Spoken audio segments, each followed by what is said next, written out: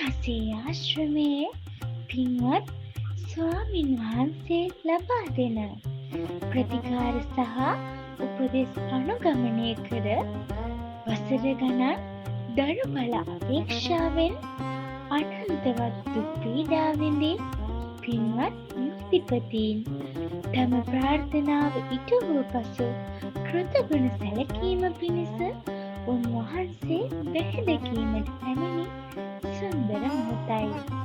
මේ වන විට උන්වහන්සේ විසින් පින්වන්ත ගර්භණී මාතාවන් සහ දරුබල ප්‍රමාද සැමට ආශිර්වාද වැඩසටහන් සිදු කිරීමට සෙනෙහසේ ආශ්‍රමය නම් පුණ්‍ය ආයතනය නිර්මාණය කරමින් සිටී.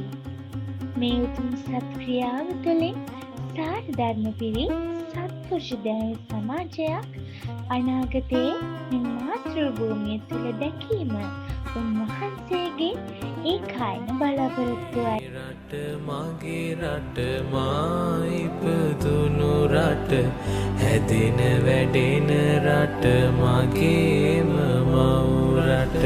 මේ රට මගේ රට මා ඉපදුණු රට හැදෙන වැඩෙන රට මගේම මව් රට.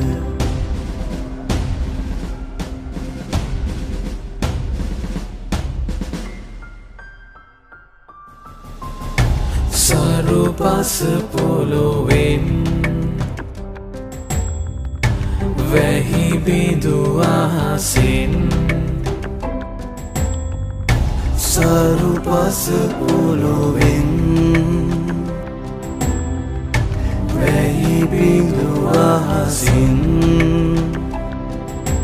මිනි කැට මුතු කැට මගේ සිරිලක ඇත.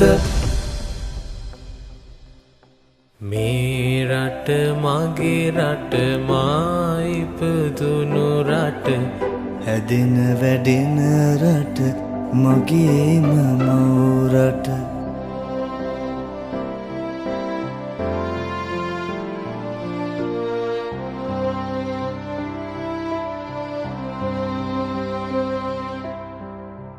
මගේ සිරිලක ගැන